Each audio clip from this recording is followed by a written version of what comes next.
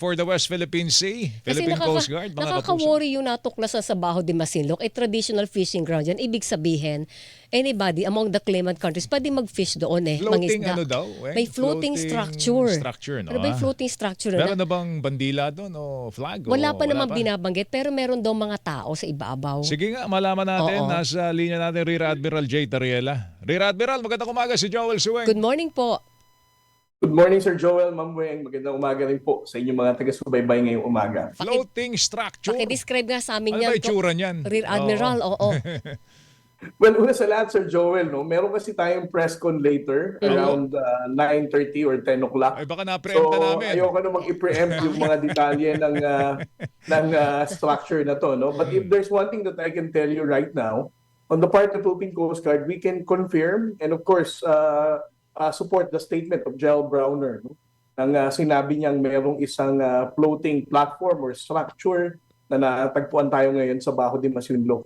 Because the Commandant of the Philippine Coast Guard, Admiral Ronnie Hilgaban, in the past few days has been directing our Coast Guard aircraft to conduct MDA flight para mag-document at tingnan kung ano ang mga activities ng Chinese dito sa Baho de Masinloc.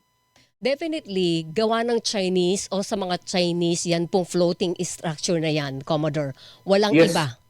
Yes, if there's one thing that I can tell you right now, ito ay gawa ng China at ito ang mga nakita natin dito are definitely Chinese na nakatungtong dun sa platform na na-document natin. Kailan pa po natuklasan yan? Or kailan pa ninyo, nakakapag-backtrack ba kayo kung kailan nagsimula yung istruktura niyan dyan sa Baho de Masinloc? Well, there's a timeline that I will present later, no? Okay.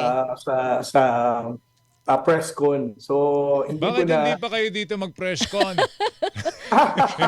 Hindi, Kung pwede lang, sir. Kaya lang, the press con will be Apo. attended by the National Security Apo. Council, Oo. National Maritime Council, the Department of Foreign Affairs, and of course, the Armed Forces of the Philippines. Opo, no? pero ito So, na lang. kapag sinabi ko na lahat ng detalye, Sir Joe, wala nang dahilan para mag-press con pa mamaya. Hindi, pero ito na lang, Rear Admiral, kailan lang? Yung general, wag na yung timeline. Wag na yung detalye ng timeline. Kailan lang po natuklasan at nakumpirma ito? In broad stroke, sagot sa tanong mo, ma'am. Kung maalala mo, ito yung naging statement ni Secretary Gilbert Chodoro that there's a raw information. Opo. Ito, ang timeline, no? Na masasabi nating na document natin at masasabi nating nagsimula itong pagkakaroon ng floating platform dito. Ano pong activity Ang ginagawa po ng ng mga Chinese doon sa Oo. platform na yan? Well, I don't want to speculate right now kung ano activity ng ginagawa ng platform na to. But if there's one thing that I can also add sa sinabi ni General Browner, it is not a fixed structure. Oo. It is movable because based on our observation, it started from one point and then moved to another place. So hindi siya fixed na structure or platform. Okay. Banta po ba yan, sorry Joel, Sige, may banta go. po ba yan doon sa mga mangingisda doon sa Baho de Masinloc? Kasi traditional fishing ground po yung lugar eh. Well, alam naman natin, Ma'am Weng, no? Ang presensya ng Chinese government dito, whether they are Coast Guard, Chinese Research Vessel, or PLA Navy, ay lagi naman banta itong bansang China sa kabuhayan ng ating mga mais ng Pilipino.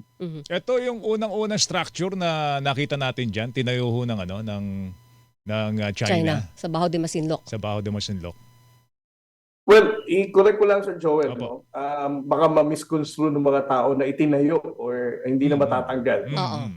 I would like to Inilagay. once again Inilagay, emphasize na movable platform. Hindi ito concrete na ibinuhos o ano. So, maaaring hinatak siya at tapos inilagay doon and then eventually it can also be removed kung itutow siya ulit paalis.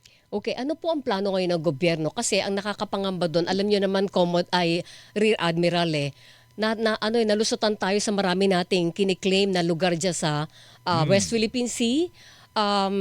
Meron na sila ngayong struktura, military structure dyan. Baka mangyari yung sa Baho de Masinloc kung mapapabayaan ito. Anong plano ng gobyerno ngayon dyan? Itataboy ba yan? Tsaka hindi ba 24/7 na ang ating patrol diyan? Opo. Bakit na ilagay ng ng China yung floating structure nila diyan, Rear Rear Admiral. Well, una sa lahat, Sir Joel, no? Totoo yung sinabi niyo po, we have 24/7 MDA flight and sovereign patrol. Secondly, gaya ng sinabi din ni Ma'am Weng, hindi naman natin ito papabayaan. But as to the most concrete action that we are doing right now, ang ating diplomatic action regarding sa ginagawa ng China na to is mas aktibo tayo ngayon, no? We're telling the world what's happening and hoping that the international community is also going to condemn such aggressive action on the part of the People's Republic of China. Condemn, pero hindi po natin hihilingin sa kanila na alisin yung floating structure sa Baho de Masinloc. Or hindi ba natin hahatakin? Oo. Palabas ng Baho de Masinloc. ng Baho de Masinloc yan. Later, sir, there will be a press conference. It will be that kind of question will be responded by all of those agencies that will be ably represented. No? Ayokong i-preempt at i-speculate na magiging sagot ng iba't ibang ahensya sa tanong na to, Sir Joel. Okay. Ito lang, sige. ano ang hakbang ng Philippine Coast Guard? Specific, mga detalye doon, Rear Admiral, para lang makampante ang taong bayan na this time, hindi pa babayaan ng gobyerno na lumalapat, maging tunay na struktura na hindi naman magagalaw ang nakikita nating floating structure ngayon dyan sa Baho de Masinloc. Ano sila? Kasi nadala na tayo sa previous experiences natin. Weng, knowing China, mabilis po silang magtayo. Super, oo. Baka magulat na lang tayo, hindi na po floating yan. Oo. Kundi permanent structure na yan, Rear Admiral. Well, the commitment of Admiral Ronnie Hilgaban sa atin pong mga kababayan Pilipino at sa atin pong Pangulo, we're going to continuously conduct MDA flight. Ibig sabihin, ang ating pong mga aeroplano ay patuloy nalilipad, weather permitting, to document all these illegal activities of the People's Republic of China. And at the same time, we're still continuing our sovereignty patrols. No? Ibig sabihin, ang ating pong Philippine Coast Guard vessels ay palagi pa rin pong nandyan sa Baho de Masinloc para siguraduhin ang kaligtasan ng ating mga mines ng Pilipinas. Okay. Nire-radio challenge po ba sila? Yes. Ang Kapag ating pong mga lumalapit. piloto at ang ating pong mga commanding officer ng mga barko has a direct guidance from the commandant, no, to challenge the presence of the Chinese Coast Guard and Chinese research vessels na pumupunta po dito sa vicinity ng Baho de Masinloc. Ito pong particular structure na ito, sumagot ba sa ating radio challenge? May kakayahan ba sila to respond? No, wala silang kakayahan. But the Chinese research vessels that we documented, even if we challenge them, they don't respond.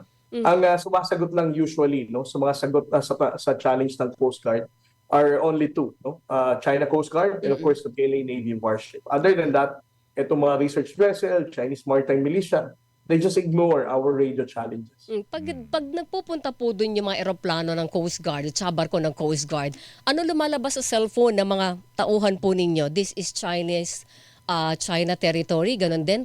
Di ba pag lumilipad papuntang Pag-asa Island, yun yung natatanggap ng mga reporter sa cellphone nila eh. Sa Baho de Masinloc ba, the same, sir?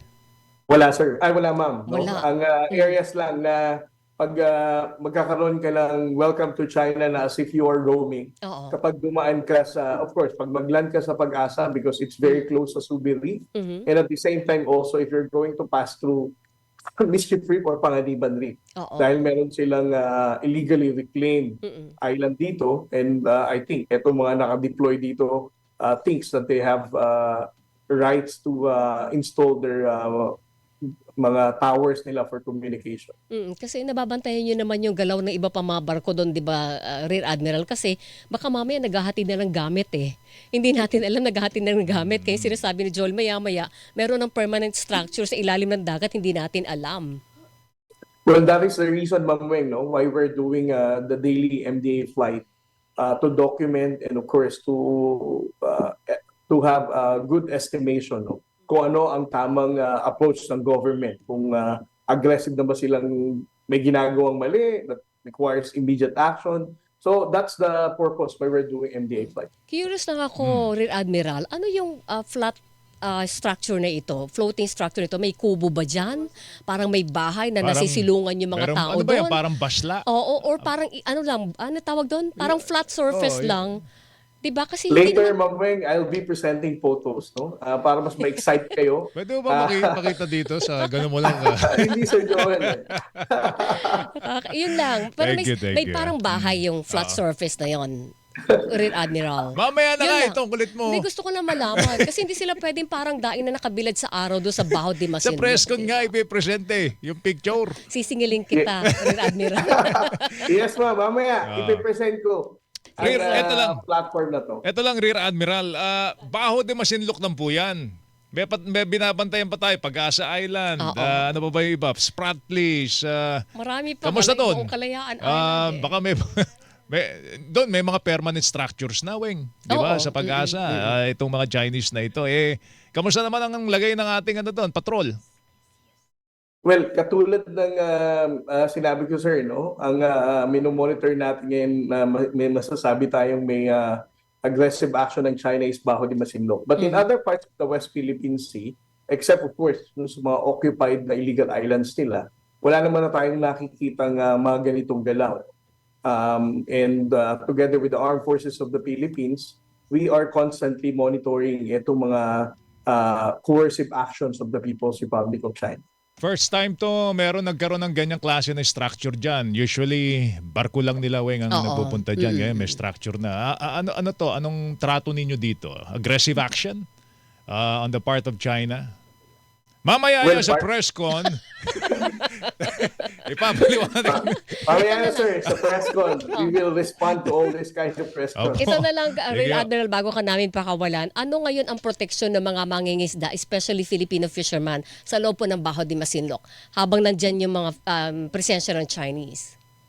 Well, every time that we document a high number of Filipino fishing vessels, no, katuwang ng Philippine Coast Guard, ang Bureau of Fisheries and Aquatic Resources, nagde-deploy tayo ng mga Coast Guard assets natin dito, and we ensure the safety and security ng ating mga maisang Pilipino. Okay, basta hindi yung sila pababayaan na tataboy-taboy lang sa Baho de Masinloc.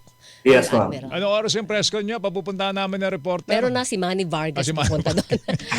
Rear Admiral, thank you ha. Thank you po, thank you. Maraming salamat Thank you. po. Magandang Good morning umaga. to you, sir. Si Rear Admiral J. Tariela, Philippine Coast Guard spokesperson for the